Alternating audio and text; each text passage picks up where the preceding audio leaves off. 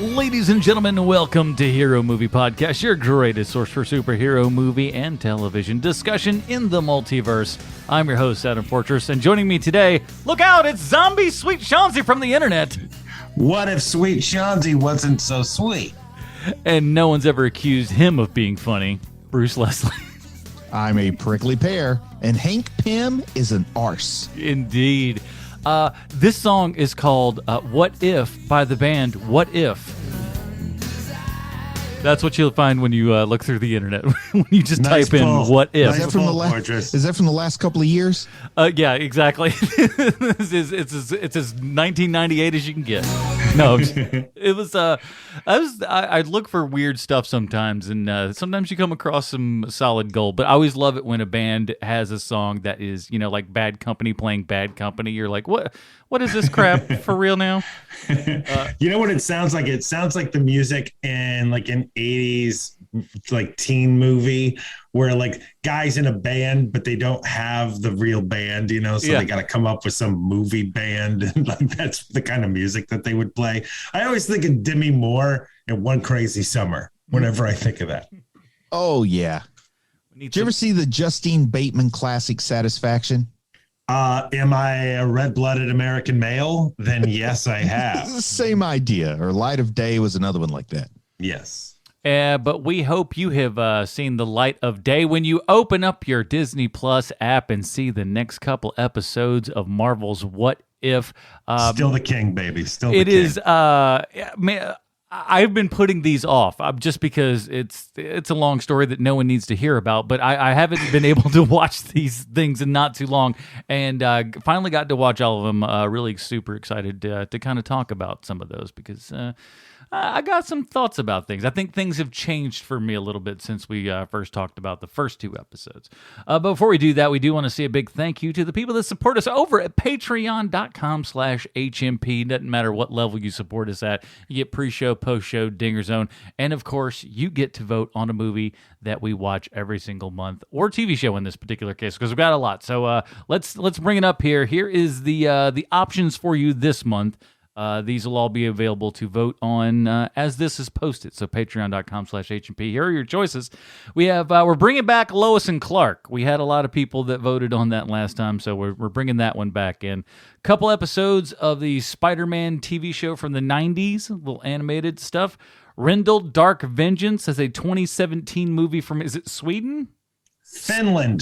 They're all pretty much the same, Hey, don't you dare downplay the greatness of Rendell. so it's gonna be amazing. Yeah, Rendell looks like a combination of like Snake Eyes and Spawn with no cape. And Batman. And Dark Noir. It's Finnish Batman, for God's sake. So if you are on some Finnish Batman. We'll also, another option for you is Attack on Titan. We're going to do the first 5 episodes of that. And the Eternal All-Star here, the pilot of Winona Earp. Because, Bruce. So, all of those will be up on... Are you clapping, Bruce? I'm pretty sure it was an effect that Adam was playing. I do not believe that it was, dear sir. That was literally the funniest thing you've ever said, you've ever done, Bruce. That was very funny. I'm clapping. You killed it with the wham, wham, wham, wham, but that part with the very small clapping in the background, very funny. You should have followed up with a woo! Like what? Ow! Hey, listen, I'm just giving the people what they want. You heard it. You heard it there. It's like there's no live feedback in this. It's just the three of us doing this long enough. We know how it works. So if you'd like to vote on what we get to watch next week, and of course pre-show, post-show, Dinger Zone, all that kind of good stuff, head on over to patreon.com/HMP and join up today, man. However much you think this show's worth, put that in a dollar form, send it our way, and get more stuff in the meantime. Couldn't hurt you there. Well, let's get into it. Here is the trailer for Marvel's What If. Yeah, peace. I love peace. I'd be out of a job with peace.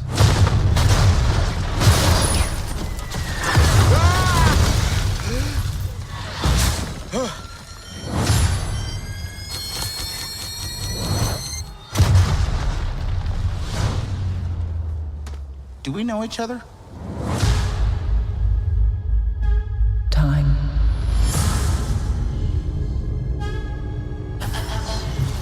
reality.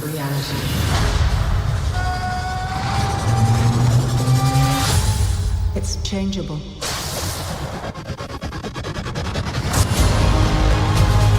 I am the Watcher. I observe all that transpires here, but I do not, cannot, will not interfere. Alrighty, everybody, that was the trailer for Marvel's What If. You know what time it is. It's time for Bruce's Comic Book Connection. Bruce, what do you got for us this time? Marvel Zombies began as a 5-issue limited series in December 2005, and it was written by Robert Kirkman, who had made himself the king of zombie comics roughly 2 years prior when he unleashed The Walking Dead on an unsuspecting public. And when I say unsuspecting, I totally mean it. I think the first printing of the first issue only amounted to 1,500 copies. And let's just say the demand far outstripped the supply. Comic book fans suddenly had zombie fever, which is ironic because in The Walking Dead, people get a fever before they turn into zombies. And Marvel didn't just want to capitalize on the new zombie craze. They wanted to get the man himself at the helm. So they hired the simple guy from Kentucky to bring it to life, or to an undead state, I guess you could say. Kirkman also thought this was the perfect series for him, as he didn't want to be pigeonholed as either a superhero guy or a zombie guy, and this property clearly had a foot in both playing fields. Now, technically, zombies first entered the Marvel multiverse in Mark Millar's Ultimate Fantastic Four, but Kirkman wrote Marvel Zombies in a way that functions entirely independently of Millar's work and doesn't require the reader to have read the Ultimate Fantastic Four series. This story takes place on Earth 2149, an Earth in which the hunger drives the Earth 91126 version of Sentry, who was turned into a zombie by Giant Man from Earth 2149 before being sent through time and space by a Watcher to infect Earth 2149. So it's all a big bootstrap paradox. Tale as old as time. But Kirkman decided that the Marvel characters, either heroes or villains, would retain their usual personalities and powers, only driven to devour flesh by their uncontrollable hunger, with the miniseries depicting how they deal with their hunger and how they interact with each other. Now, when you have superpowered zombies, regular old humans are no match, and all the regular humans are gobbled up, leaving only a bunch of super hungry super zombies wandering the planet. But the turns are tabled when the Silver Surfer arrives on Earth and informs the zombies that his master Galactus is en route to devour the planet. Now, unfortunately for Joe Satriani fans, the Silver Surfer is overpowered and devoured by several of the former superheroes. This gives them portions of the power cosmic that makes them super zombies who easily slaughter all the plain old super zombies. But in a huge twist, Black Panther was still alive and not a zombie. When Galactus arrives, he's attacked by zombies, and in the early stages of the fight, it looks like Galactus is going to win, but eventually, the Devourer of Planets gets devoured by a planet of zombies. Next thing you know, we've got a bunch of zombie Galactuses going around the universe and feasting on the flesh of aliens. And that's all there is to the story. Adam, give us a list. Yes, if that was not enough for you, let me sell you on Marvel's What If episodes 3 through 6, because this show's got everything. We've got a whole what if the movies you saw never existed, a whole multiverse of madness before multiverse of madness, zombies. We've got a ton more celebrity voiceovers with character animations that look nothing like those voices. And, you know, I don't know. Spider-Man, Vanilla Banner, capes everywhere. We've got the Tentacle Monster being back. And I think Michael B. Jordan is even more handsome in cartoon form. I don't think the world is fair at all. That's the only thing that he and I have in common. Oh, We're my both more attractive as gosh. cartoon. It's just like he couldn't. Oh, that's disgusting. Just stop being so handsome, guy. The Watcher talks back and more. This show's got everything. Yes, it does. So how many episodes, because we haven't discussed this, how many episodes are we talking about?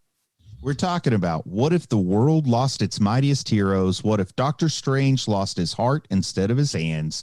What if Marvel Zombies? And what if Killmonger said, hey, let's do a Killmonger episode?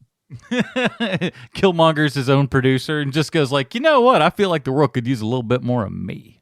What if Killmonger saved Tony? Huh? What about then?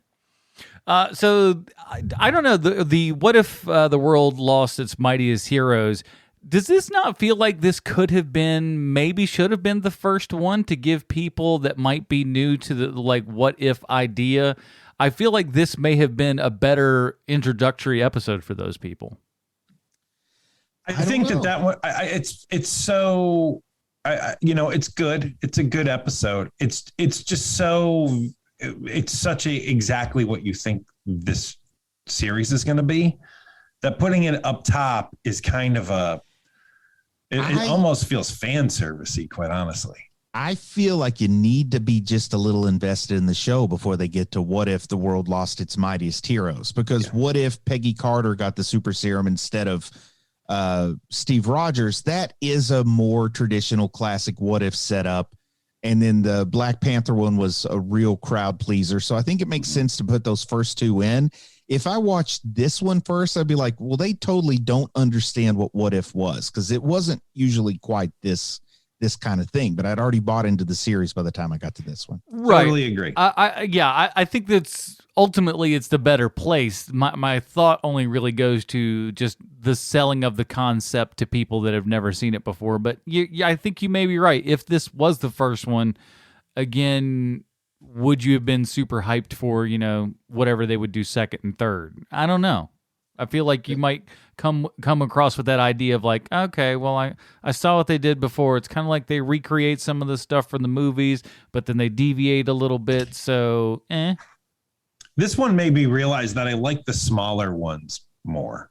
Yeah. The ones that are more macro or micro instead of macro. My idea of what if is essentially what if this character turned right instead of left at this point. So I really like the Peggy Carter one. I really like the Doctor Strange one. I like the T'Challa one, but I don't like it because it's a good what if. I just like it because it's a good story. Chad Boseman. It's emotional. It's hard to judge that one fairly. I don't like the zombies or if the world lost its mightiest heroes so much, because neither one of those feel like a real what if story. Those just feel like an Elseworld story, which maybe it's potato, but it's just not working for me the way that some of the, like you said, Sean, the smaller stories. Yeah. One thing that I'm really thinking, because we know that we're going to see Kang in the next Ant-Man movie.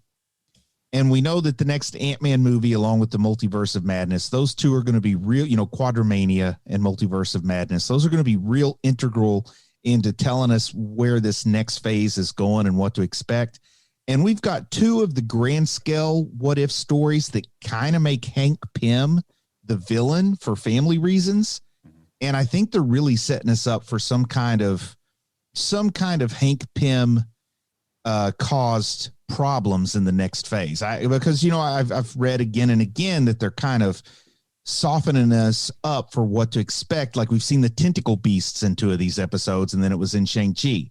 And then we're seeing Hank Pym kind of going crazy finally in two of these episodes, or if not going crazy, at least being responsible for some badness in two of these. All you got to do is just put a woman in front of him and the world will just work itself out. And Michael Douglas Michael Douglas. He's just going to do what he does, and Hank Pym going to have a time. And we're just going to be like, we all knew this was coming.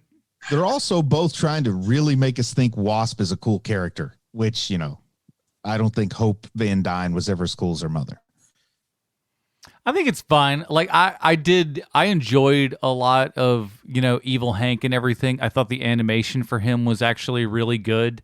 And it is Michael Douglas doing the voice, I would imagine, because there's some of these are pretty darn close. Because I've stopped watching the opens. I'm going to talk about that. I stopped watching the little thing where the Watcher does his dialogue and all that stuff because they put all the names up, and I don't like seeing all the names and getting spoiled on who's in the episode. I like getting excited. We did have the Kurt Russell spoiler in that T'Challa one. Yeah, it was really. I was just like, so after that, I was like, I'm skipping these intros because I don't want to see. But like, if not, that's a really good Michael Douglas.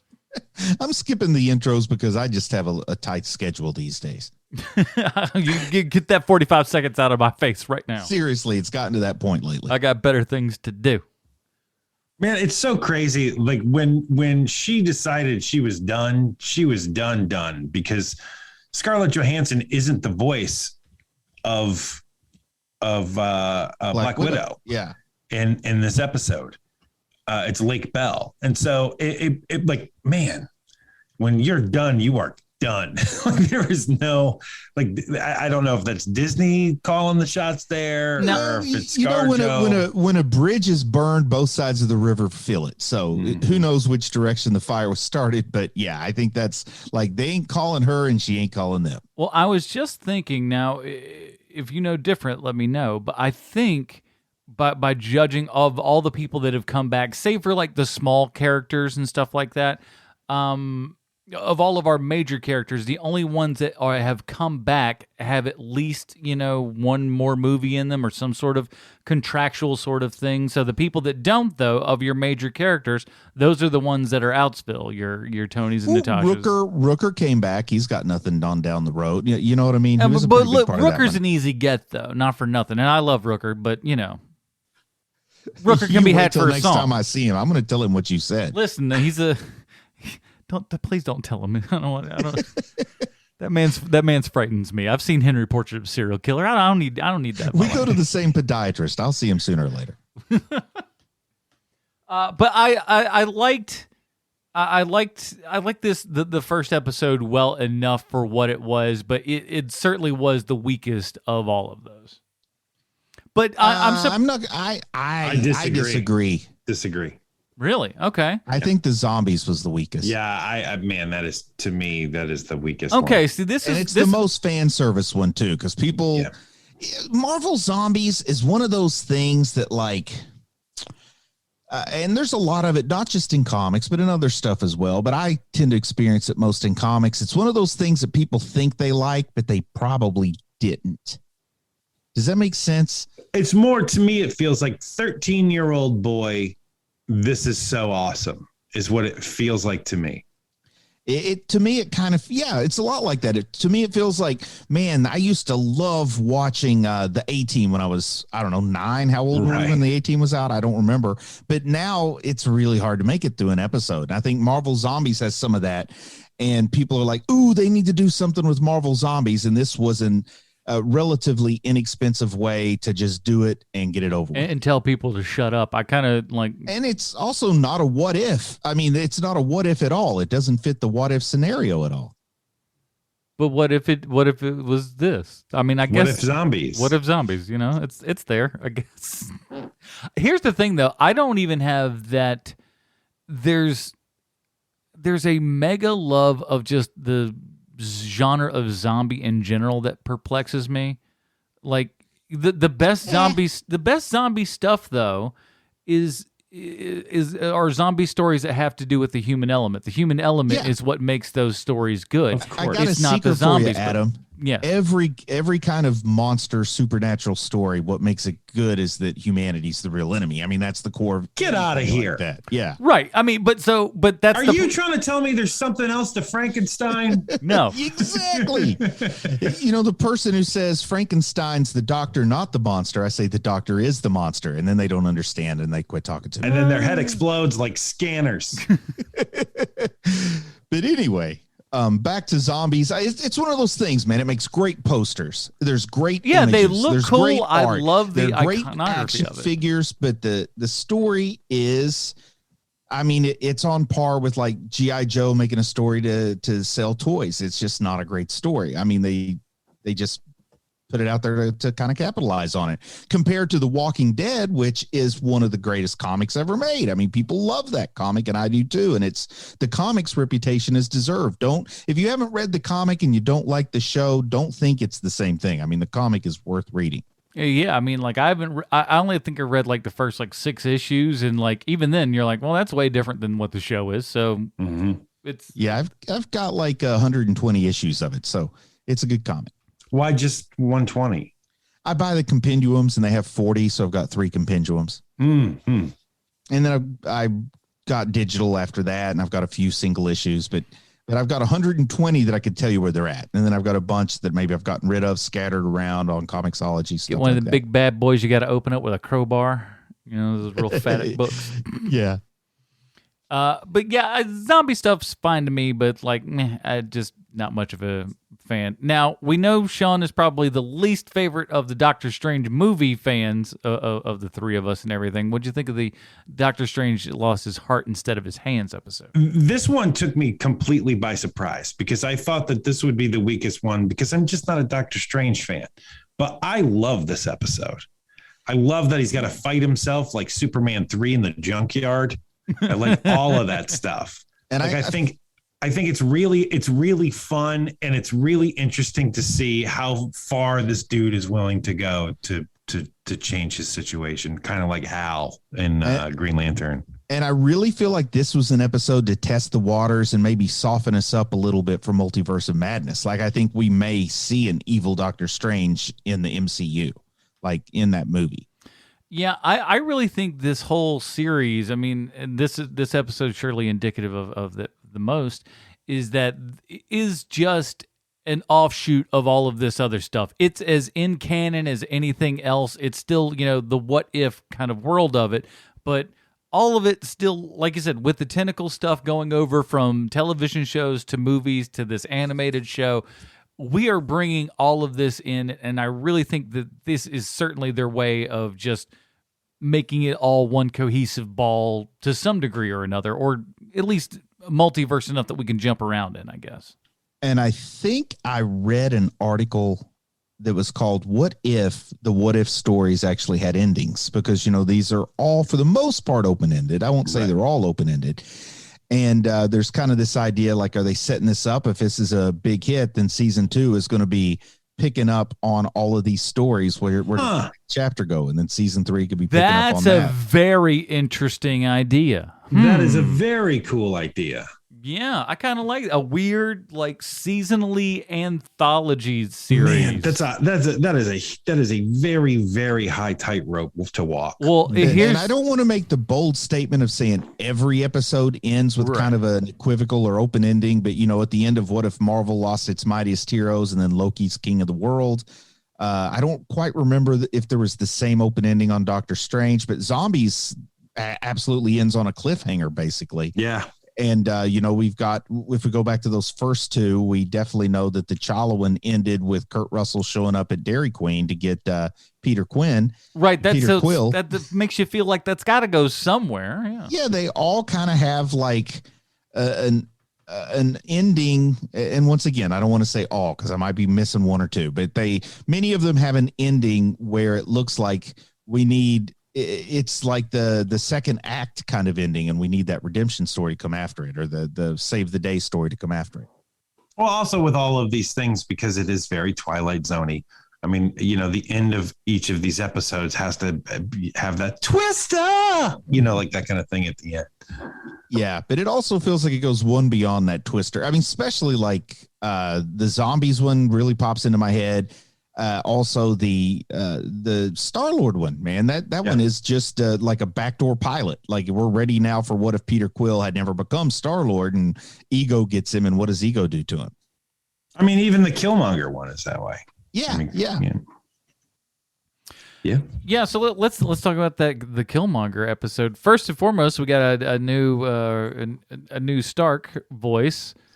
And I'm in the middle of it. Like, I kind of like it, and I kind of hate it. I mean, you can't get Robert Downey Jr. He's as good as anybody else you're going to get. You get a guy who does a great Jack Black doing a great Robert Downey Jr. That is exactly what I was going to say. And because of that, I was like, why don't you just get Jack Black? Do we know they didn't? Like, maybe he's using a pseudonym here. This is his Alan Smithy work. Hey there, buddy. We got to... This is terrible. I'd love to see it, but it sounded, there were so many very Jack Black-esque sort of moments that I love it. He does sound exactly like Jack Black, though. Like it's shocking. What's the name of the guy that does the voice of Fry on Futurama? Billy West? Yeah, Billy West. Is he still alive? Yeah. Just get him to do every voice. That guy's got range when it comes to voices. He does a great Larry from the Three Stooges. To me, Billy West does do a great Larry from the Three Stooges. I mean, it's Stimpy or Ren or whichever one it is. But I like Billy West. I like Billy West a lot. But when Billy West is out of his element, he sounds like Billy West to me. You know, like there's times where Billy West just sounds I'm like just Billy West. picturing, you know, Iron Man, Tony Stark sounding like Larry Fine. Like I want more Larry Fine in the MCU. Hey, listen. Hey, Thanos, I peed on my shoe. Oh, this is wrong. It's like, that's kind of a gift and a curse. Like, you do the best Larry Fine around, but if you had to pick a stooge to do, he's probably the one that gets the least paying gigs as a solo act. I got to say, Larry Fine, man, I can't believe we're going here. Larry Fine is like one of the world's greatest straight mans ever. He's so good. No lie, I'm not making this up. He was a highly, highly respected concert violinist. So he had some skills. Well, you know, as I said one time on a Patreon, I guess, I don't even know. As I said one time, like all of those vaudevillian comedians, like, you know, we were raised in a trailer with no roof. And we worked in the coal mine till we were 12, and then I escaped and I joined vaudeville. Playing the violin was the only way to keep both my mother and father from beating me to death. So that's why I got so good at it. There was a great Larry Fine joke on Seinfeld. It's like this woman got a hair she's bald. Well, maybe she got a bad haircut. No one walks into a barber and says, "I'll have the Larry Fine."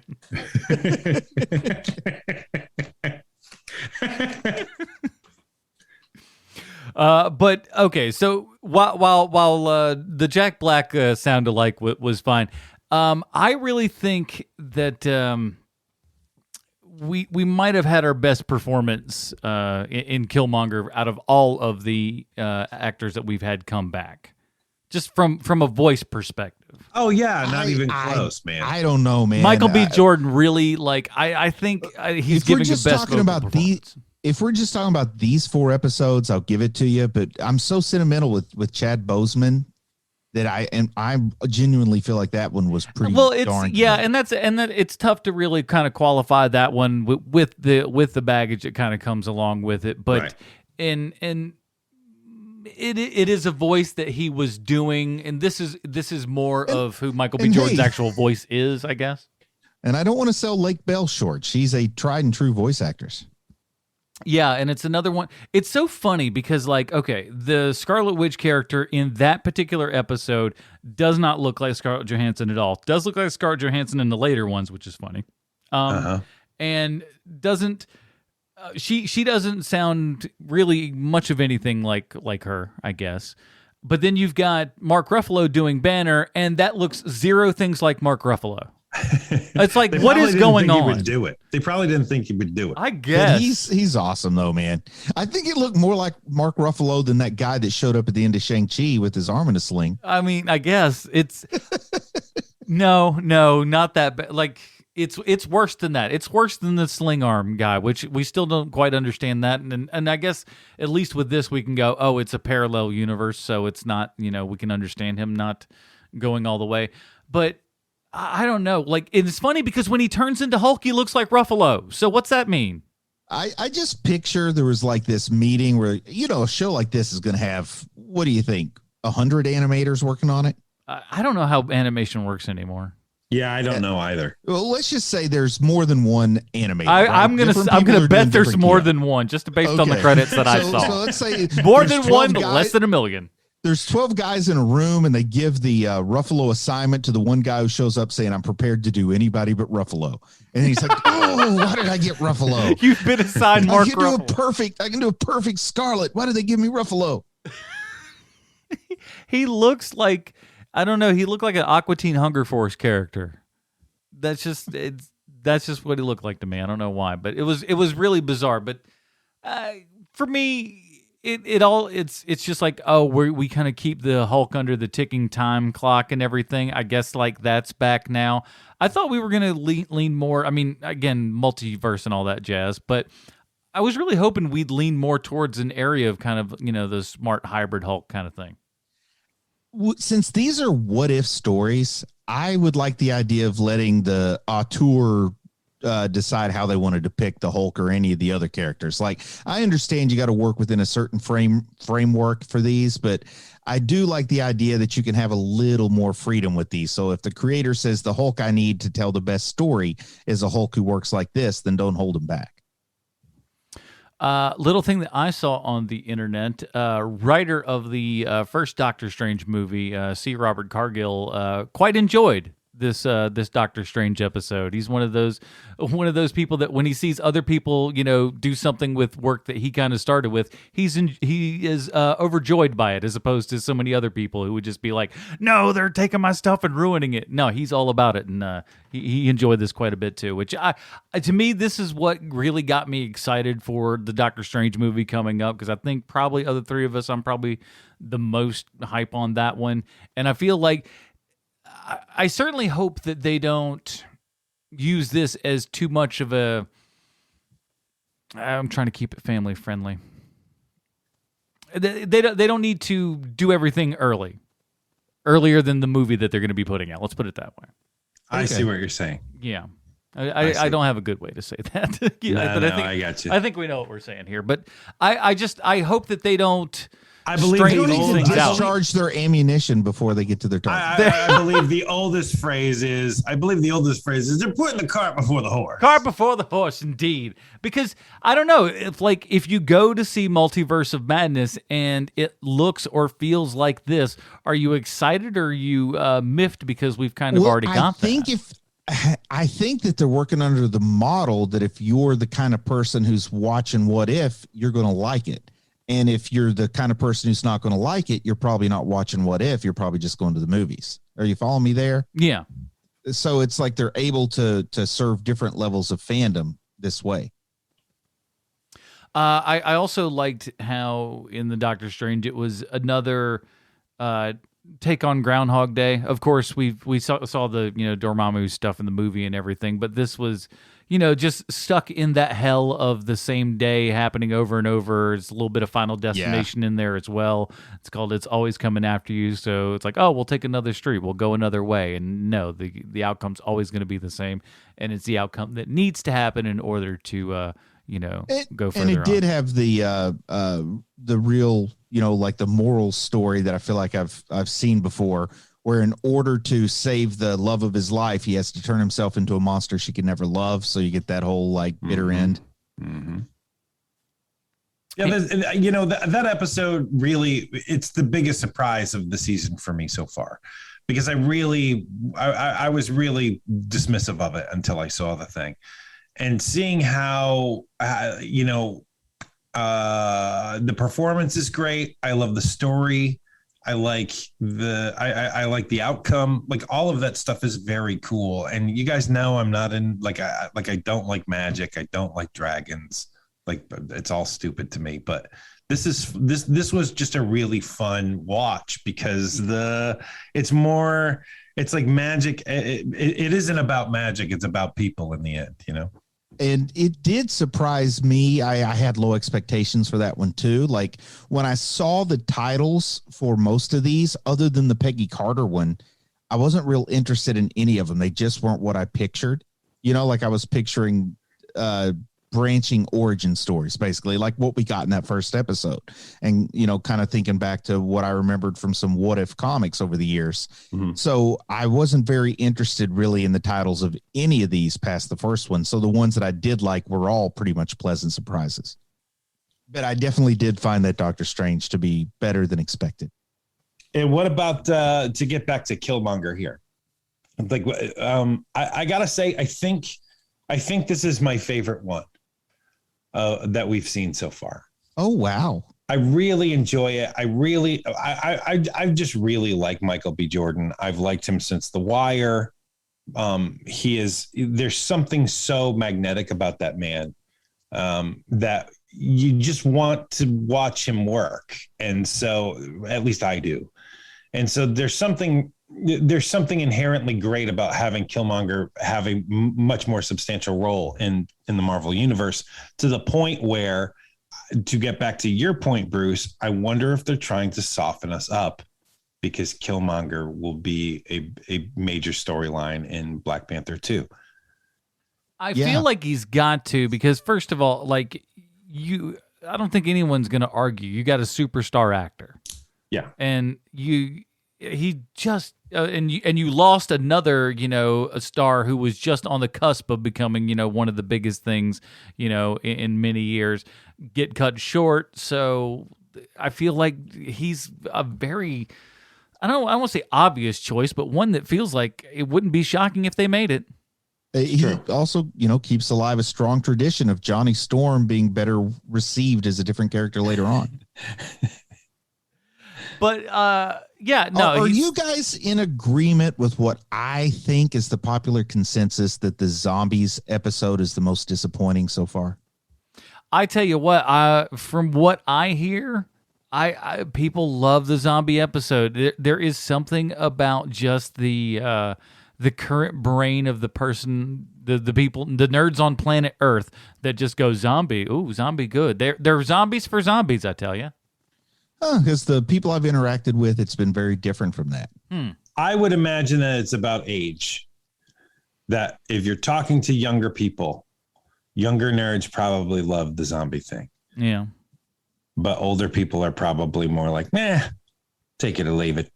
It was, listen, I of the zombie stuff, I did enjoy, giant wasp becoming a zombie, which you knew was coming, but was still still kind of satisfying. It's just like, oh, she stayed big. They're gonna have a big giant zombie, and they do, and it's kind of great, even though it's kind of coming. But then again, that's a lot of horror movies and stuff, so I don't care about that.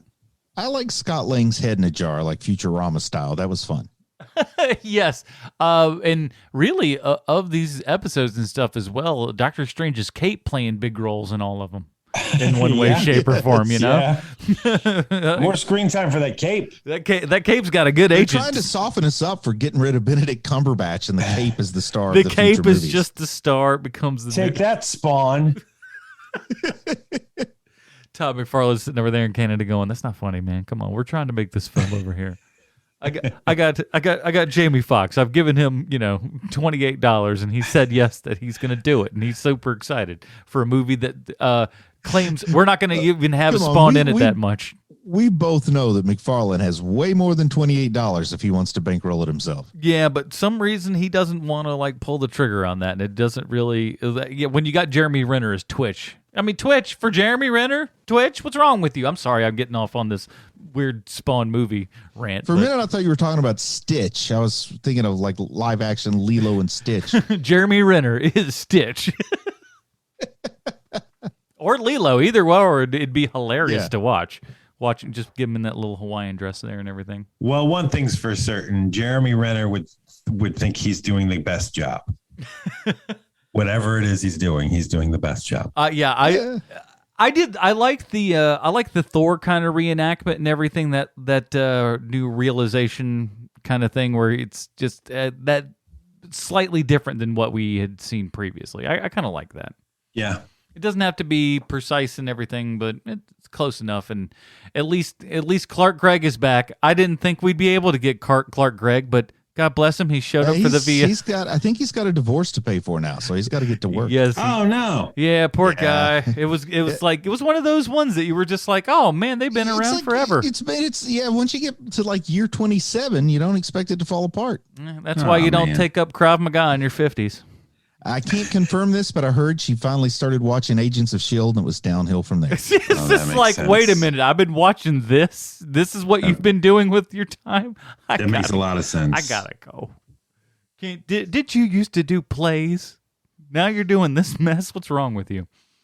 But yeah, so overall, you would say that the Killmonger was probably the best one though for you, Sean. It is. It's my favorite one, and I think it's because it's the one that took me most by surprise. The Doctor Strange one took me by surprise also, but the Killmonger one really did, because I was kind of going to, I was going to split it up where I only have so much time, so blah blah blah, and so I started that episode thinking, I'll pause it and come back to it later, and I just enjoyed it so much. I was just like, my own health be damned, I'm watching the rest of this episode, and it was it was just so enjoyable. And again, I think that Michael B. Jordan, by the way, he isn't credited at all in as being in Black Panther 2, which is probably a good move that they didn't say anything. Yeah, If I he is would. going to be there. If he was in there, I would be like, yo, keep that name off that list. But he just has something about him where a lot of these new characters from Marvel don't have, where you just instantly are like, that's my guy right there. Shang-Chi has it. Shang-Chi's my guy. Yeah. But I don't think anyone is looking at the new Black Widow as like, oh, hey, she's awesome. Like, oh man, I think Adam and I are both big fans of Florence. well, she's great, but she's not somebody where I'm like, oh man, here we go. She's no Wong. Right. You know what I'm saying? Geez. She's fun. I like her a whole bunch, but like when it comes to these movies, now I like her more in like, don't get me wrong, Wong's not doing Midsummer, but can you imagine if he did though? I'd watch Same it. exact role, but Benedict Wong Man, perfect. in a wig. Sign me up. I will watch it. But no, I had a lot of fun with that, but I can't believe even with Pepper Potts in there, he's still going to give it the number one. I wouldn't have figured, but No, I know. I was as surprised as anybody else. Like look at me. I'm liking the Doctor Strange one.